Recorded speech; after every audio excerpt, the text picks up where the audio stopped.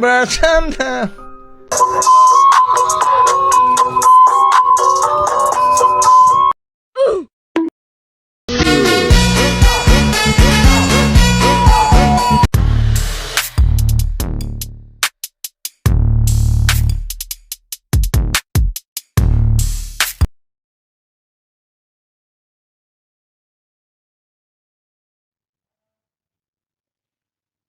Assalamualaikum warahmatullahi wabarakatuh. Perkenalkan, nama saya Boni Putra Kaur dengan NIM 2323210061, Prodi Pendidikan Agama Islam, mahasiswa semester 3, Universitas Islam Negeri Fatmawati Soekarno Bengkulu. Di sini saya akan menjelaskan makalah saya, yaitu manajemen pendidikan, yang berjudul Jenjang-jenjang Manajemen Pendidikan. Dalam suatu pekerjaan atau kegiatan itu terdapat bagian yang sangat penting yang harus ada di setiap pekerjaan atau bagian yang biasa disebut dengan bagian manajemen.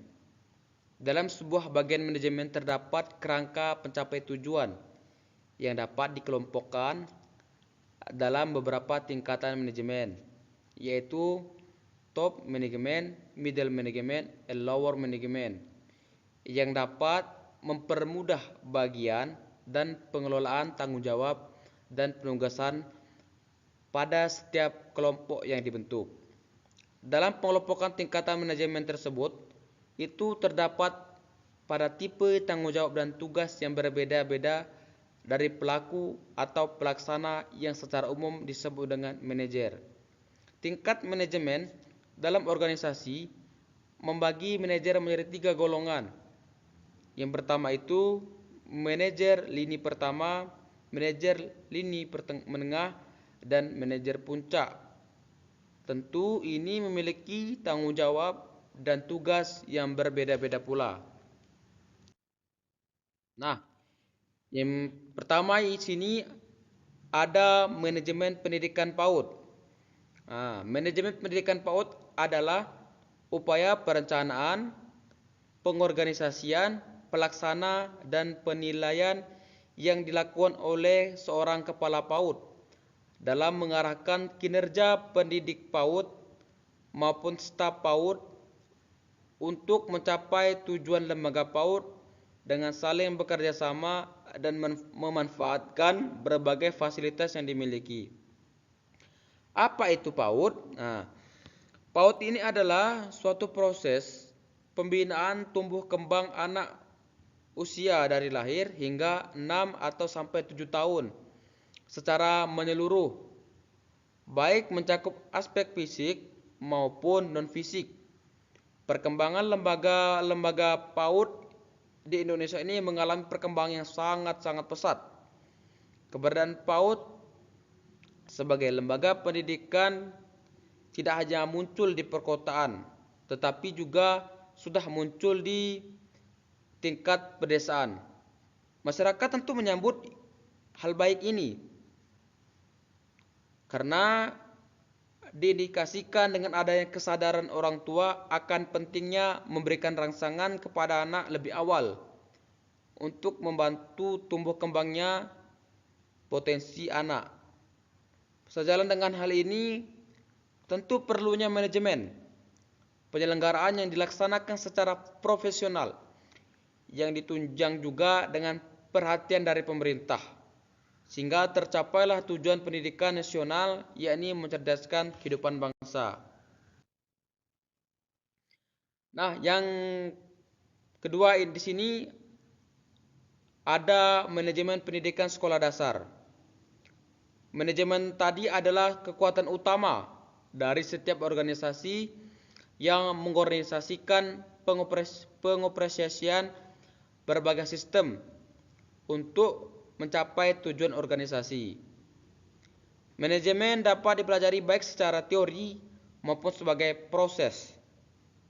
Sekolah dasar adalah organisasi sosial dengan tujuan yang telah ditentukan sebelumnya. Tujuan utama dari sekolah dasar ini adalah untuk memberikan pendidikan yang berkualitas kepada peserta didik di sekolah tersebut. Sehingga suatu organisasi terdapat manajemen sekolah dasar, yaitu pengelolaan atau administrasi sekolah dasar. Manajemen sekolah dasar memiliki dua aspek, manajemen internal dan manajemen eksternal. Tujuan dari manajemen sekolah dasar adalah untuk mempromosikan dan membantu pembelajaran. Nah, yang ketiga di sini yaitu ada manajemen pendidikan menengah. Sekolah menengah pertama tidak ubahnya sebagai sebuah institusi atau lembaga. Sekolah mengemban misi tertentu, yaitu melakukan proses edukasi, proses sosialisasi, dan proses transformasi anak didik sebagai institusi atau lembaga pendidikan sekolah menengah pertama, menyelenggarakan berbagai aktivitas pendidikan bagi anak didik dan melibatkan banyak komponen, sehingga aktivitas maupun komponen pendidikan di sekolah menengah pertama menuntut adanya manajemen yang baik dalam rangka mencapai tujuan institusional sekolah menengah pertama. Contoh manajemen pendidikan menengah ini seperti koperasi, OSIS, kegiatan ekstrakurikuler, dan lain-lain sebagainya. Tujuan dari manajemen sekolah menengah pertama adalah mencapai tujuan institusi sekolah menengah pertama, yaitu memberikan bekal kemampuan dasar kepada siswa untuk mengembangkan kehidupannya sebagai pribadi, anggota masyarakat, warga negara, dan anggota umat manusia, serta mempersiapkan siswa untuk mengikuti pendidikan menengah. Dengan manajemen sekolah menengah pertama yang baik, tujuan tersebut diharapkan dapat dicapai secara efektif dan efisien. Kemudian di sini yang terakhir yaitu manajemen pendidikan tinggi. Pendidikan tinggi ini merupakan suatu pendidikan yang memegang peranan yang sangat penting dalam menghasilkan sumber daya manusia bagi suatu negara yang berkompeten dan memenuhi kualifikasi. Proses di dalam pendidikan tinggi ini memiliki peranan, yaitu pengalian ilmu pengetahuan atau biasa disebut transfer of knowledge, dan berfungsi mengembangkan potensi sumber daya manusia, tentu di Indonesia, yang berkualitas dan inovatif. Perguruan tinggi sebagai institusi yang melaksanakan proses pendidikan tinggi ini melaksanakan dengan dasar tridharma dan ketercapaian mutu lembaga yang berkualitas, mulai dari model intelektual pengajaran, keberhasilan lulusan, mutu kelulusan, dan peranan pemimpin. Tujuan dari manajemen pendidikan tinggi adalah untuk menciptakan lingkungan belajar yang efektif dan efisien bagi mahasiswa, staf pengajar, dosen, dan staf administrasi. Nah, demikianlah hasil presentasi saya.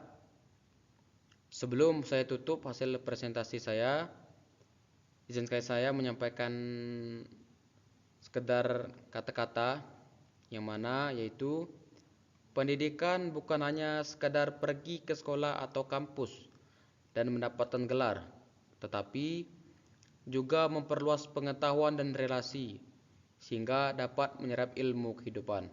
Nah, demikianlah hasil presentasi saya.